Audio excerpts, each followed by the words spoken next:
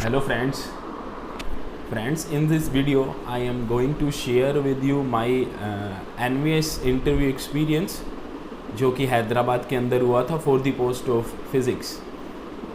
तो देखो, जो हमारा NVS का इंटरव्यू था वो 3-4 दिन चला था।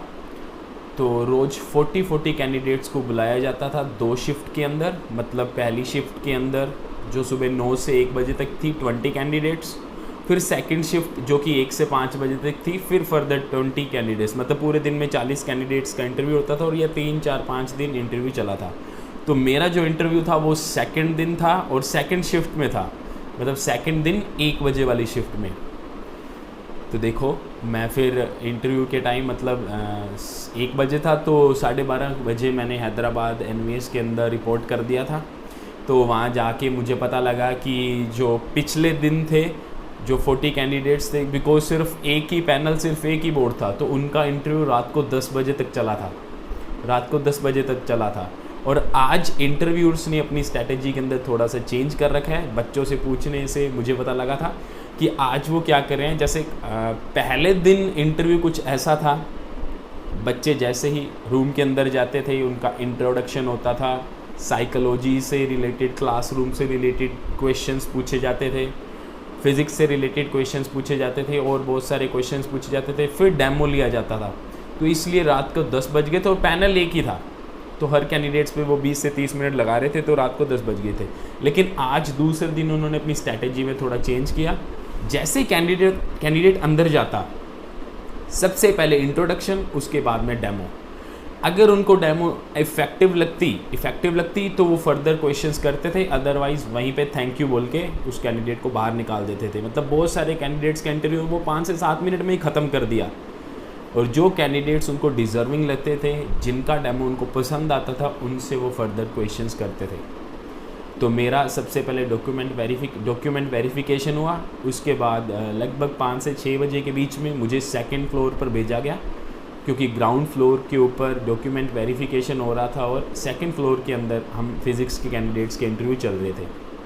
तो जैसे ही मैं ऊपर गया, वहाँ पे 5-7 कैंडिडेट्स ऑलरेडी बैठे थे, वो अपनी टर्न का वेट कर रहे थे। तो मैं भी वहाँ जाके बैठ गया।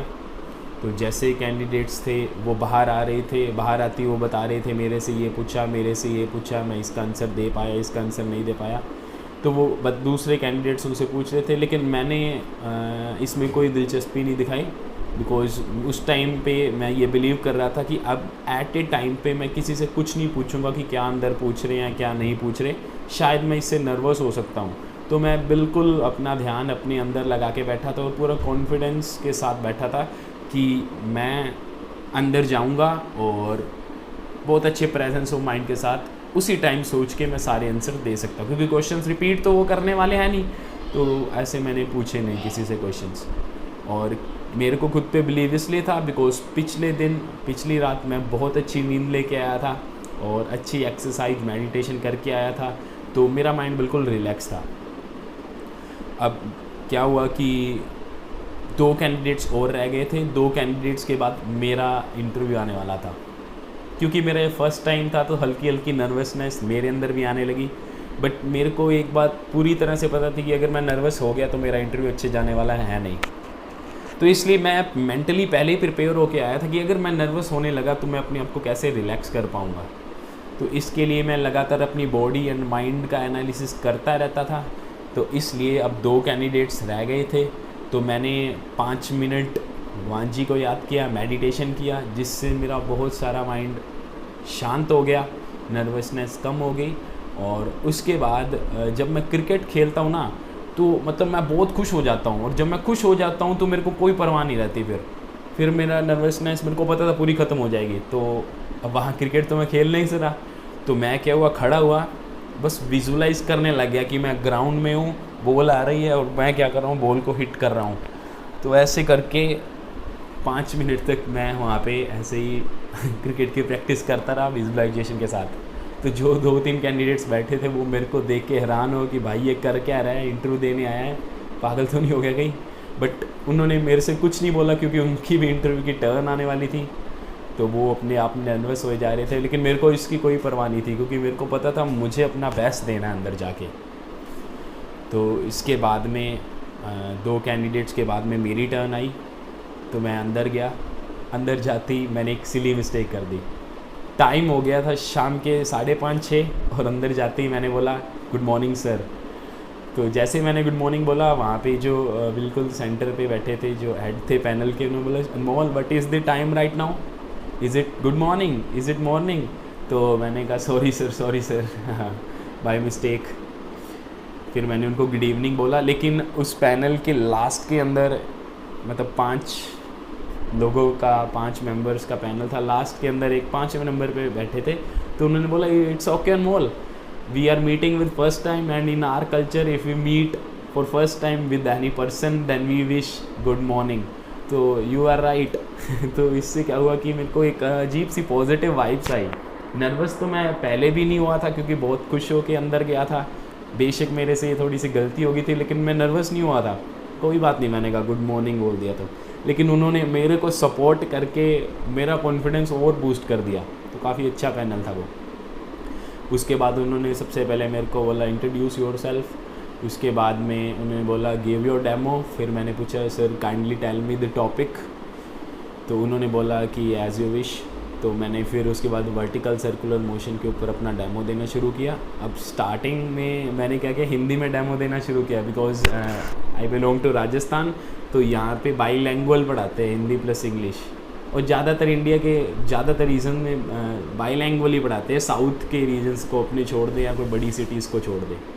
तो उस पैनल में 5 मेंबर्स थे, जिसमें से 3 शायद नॉर्थ इंडिया से थे, तो उनको तो हिंदी आती थी, लेकिन 2 साउथ इंडिया से थे, साउथ इंडियंस थे, तो इनको हिंदी थोड़ी कम आती थी। तो उन्होंने मेरे को बीच में इंटरप्ट कर दिया, sorry Anmol, NVS is very reputed department of India, so you have to give your demo in English. फिर मैंने बोला कि sir I belong to Hindi medium, I am learning English from last month, I am not much fluent in it. उन्होंने बोला don't worry Anmol, try your best. तो मैंने भी बोला sir I will try my best. फिर उसके बाद में मैंने इंग्लिश के अंदर ही अपना डेमो शुरू किया और बहुत अच्छा गया। मैंने बहुत अच्छा निभाया।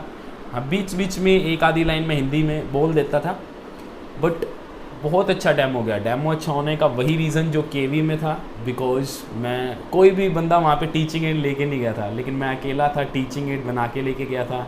मैंने डेमोन्स्ट्रेशन भी करके दिखाया। मैंने रीजंस बताए कि इसकी मैथमेटिकल डेरिवेशन में हमें टेंशन से डील करना ही क्यों पड़ेगा, उस डेमोन्स्ट्रेशन से क्यों हमें बॉटम मोस्ट पॉइंट पे मिनिमम स्पीड का एक्सप्रेशन निकालना ही पड़ेगा। तो डेमो के साथ मैंने बताया, तो बहुत अच्छा इंप्रेशन गया इससे मेरा। और आपस में जो वो बात कर रहे थे, तो मुझे ये अंदाज़ा आ रहा था कि ये बहुत इम्प्रेस हो गया मेरे डेमो से, बिकॉज किसी ने डेमो नहीं दिया था विद डेमोन्स्ट्रेशन। तो मैंने वो प्रैक्टिकल करके भी दिखाया, फिर उसका मैथमेटिकल डेरिवेशन सारा बोर्ड के ऊपर किया, अच्छी तरह से उसको समझाया। तो उस पैनल के अंदर जो फिज़िक्स वाले सर थे वो काफ़ी इम्प्रेस हुए। तो उन्होंने फिर उसके बाद में वर्टिकल सर्कुलर मोशन पे मेरे से क्वेश्चंस पूछने शुरू किए। क्वेश्चंस का लेवल बेसिक से उठाया, फिर उससे टफ़, फिर उससे टफ़, फिर उससे टफ़, ऐसे करके 4 क्वेश्चंस मैंने बहुत अच्छे से आंसर दे दिए। लास्ट वाला क्वेश्चन बहुत घुमा के पूछा, तो मैंने स्टार्टिंग में उसका आंसर गलत दे दिया, लेकिन जैसे मैंने गलत आंसर दिया ना, उनका एक्सप्रेशन तुरंत मैंने रीड कर लिया। अच्छा ऐसा क्या, no sir, please give me pen paper, I want to give this answer again. तो उन्होंने पेन पेपर दिया, फिर मैंने उस क्वेश्चंस को प्रैक्टिकल लाइफ से रिलेट करके आंसर दिया। फिर मैंने उसका आंसर दिया विद प्रैक्टिकल एग्जांपल्स कि देखो सर, अगर ऐसा होगा तो ये आपकी बात सही है, अगर ऐसा होगा तो ये बात आपकी सही नहीं है। तो वो सर बहुत खुश हो गए, उन्होंने वेरी गुड बोला मेरे को। उसके बाद जो साइकोलॉजिस्ट थे वो तो कंटिन्यूसली मेरे को ऑब्जर्व कर ही रहे थे, और एजुकेशनिस्ट बैठे थे, उन्होंने एक ही क्वेश्चन पूछा, क्यों फिर से वही बात, क्योंकि 40 बच्चों को निकालना था, टाइम कम था। एजुकेशनिस्ट ने क्वेश्चन पूछा कि आप 11th क्लास को पहली बार फिज़िक्स लैब में लेके जा रहे हो, what instruction you will give to them, तो कौन सी इंस्ट्रक्शन उनको आप दोगे। तो मैंने बोला कि सर, अगर मैं 11th क्लास को पहली बार फिज़िक्स लैब में लेके जा रहा हूँ, तो मैं पहला इंस्ट्रक्शन उनको दूंगा कि वो अपनी क्यूरियोसिटी के अकॉर्डिंग कोई भी एक्टिविटी फ़िज़िक्स लैब में कर सकते हैं, बट किसी भी सामान को, किसी भी मटेरियल को, ऑपरेटर्स को नुकसान नहीं होना चाहिए। एंड सेकंड इंस्ट्रक्शन मैं उनको दूंगा कि आपको 220 वोल्ट के साथ, 220 पावर सप्लाई के साथ डायरेक्ट पंगा नहीं लेना। मेरी प्रेजेंस में और मेरी परमिशन से ही आप उसके साथ कोई भी एक्टिविटी एंड एक्सपेरिमेंट कर सकते हो। तो एजुकेशनिस्ट भी काफ़ी सेटिस्फाई लगे मेरे को इस क्वेश्चन से। उसके बाद 1-2 क्वेश्चन सिंपल से पूछे थे, वो मेरे को अभी याद नहीं है बिकॉज 3 मंथ्स हो गए एनवीएस के इंटरव्यू को। हाँ, मैंने आंसर सही दे दिए थे, सारे आंसर मैंने परफेक्ट दिए थे। तो लास्ट में उन्होंने बोला कि आप प्लीज़ क्लीन द बोर्ड। तो उसके बाद मैं बोर्ड क्लीन कर रहा था। बोर्ड क्लीन करते हुए मैंने उनसे बोला, सर वुड आई से समथिंग टू यू? तो उन्होंने बोला, येस प्लीज़ अनमोल, येस। तो मैंने बोला कि सर आई नो कि मेरी इंग्लिश क्योंकि जब मैं टॉपिक पढ़ा रहा था, डेमो दे रहा था, उसके अंदर मैं थोड़ा इंग्लिश में अटक रहा था। तो मैंने बोला कि सर अब मेरे को पता है कि मेरी इंग्लिश इतनी मतलब अच्छी नहीं हो पाई है, कम्युनिकेशन। तो वहाँ पे जो साउथ इंडियंस जो 2 मेंबर्स थे वो बोले, no Anmol don't worry, your English is better than us. तो उनको मतलब मेरे पे विश्वास हो गया था कि अगर इसको माहौल मिलेगा ना इंग्लिश का तो ये डेफिनेटली सीख जाएगा। इसने मतलब बहुत अच्छी निभाई है। तो जो सेंटर के अंदर बैठे थे उनके मतलब फेस पे एक बहुत पॉजिटिव स्माइल थी। मतलब जो सेंटर पे बैठते शायद वो प्रिंसिपल होते हैं किसी स्कूल के, शायद नवोदय के ही, या फिर कोई हैदराबाद के कॉलेज के, शायद वो बड़े प्रोफेसर हो सकते। तो उनके सबके फेस पे बहुत पॉजिटिव स्माइल थी। तो मेरे को फिर वाइब्स आने लगी कि मेरा इंटरव्यू काफ़ी अच्छा गया। तो ये थी मेरा एनवीएस का इंटरव्यू। तो अभी इसका रिज़ल्ट वैसे आने भी वाला है 5-7 दिन में। ओके, तो अब मैं नेक्स्ट वीडियो के अंदर आपको एटॉमिक एनर्जी एजुकेशनल सोसाइटी वाला इंटरव्यू का एक्सपीरियंस शेयर करूँगा, और आपको मैं बताऊँगा भी कि कौन सी बुक्स मैंने की, कौन सी स्ट्रैटेजी मैंने फॉलो की, कैसे अपने माइंड को काम में रखता था, कैसे अपनी बॉडी को, माइंड को मैंने रीड किया, कैसे मैं अपने को जज करता था कि अगर मेरे को फीवर भी होगा तो भी मैं बेस्ट दे पाऊँ। क्योंकि जब मेरा केवी का इंटरव्यू था तो केवी के इंटरव्यू से जस्ट 2 घंटे पहले मेरी तबीयत बहुत ख़राब थी, फिर भी मैं इंटरव्यू से 1 घंटे पहले पूरी टोन में, पूरी एनर्जी में आ गया था। क्योंकि मैंने मैनेजमेंट ऑफ अनसर्टेनिटी, मतलब पहले से मैं सोच के बैठा हुआ था कि मैं कोई एक्सक्यूज़ नहीं दूंगा कि अगर मेरे को बुखार भी हो जाता है तो मैं उस बुखार से कैसे उठूँगा। ये सब चीज़ मैंने घर पे पहले से ही अपनी बॉडी और माइंड को रीड करके सीख ली थी। तो ये सब एक्सपीरियंस मैं आपके साथ धीरे धीरे शेयर करूँगा। Thank you so much, have a nice day.